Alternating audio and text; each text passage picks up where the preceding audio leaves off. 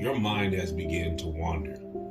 And we all know that when our mind begins to wander, that means that our thoughts begin to go in a direction that they don't need to go in. And because we have allowed our thoughts to wander to those certain places that we should not allow them to wander to, it's allowed us to become a part of this maze, to where we are traveling to each and every corner, and our thoughts are going around in circles, and we're walking into these dead ends, and our thoughts are taking us to this entryway, or this so-called exit route, and we can't find any way to escape it, because our thoughts have become so bad, or become so off topic, or our thoughts have become to a point to where we're so distracted, and our focus is no longer pure.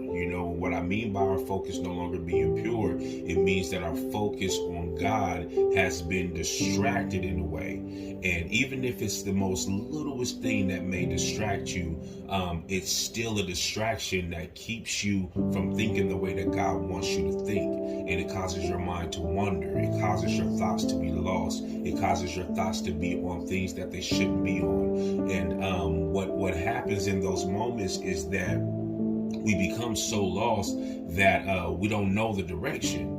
And the direction is the most important thing that we have to stick to. We have to stick to the direction and the instructions of God. We cannot allow the enemy to come in and get us off of our square. And it's important that we don't allow that to happen. You got to ask yourself, what am I paying attention to? What am I allowing to enter into my spirit? What am I allowing to enter into my eye gates? What am I allowing to enter into my ear gates?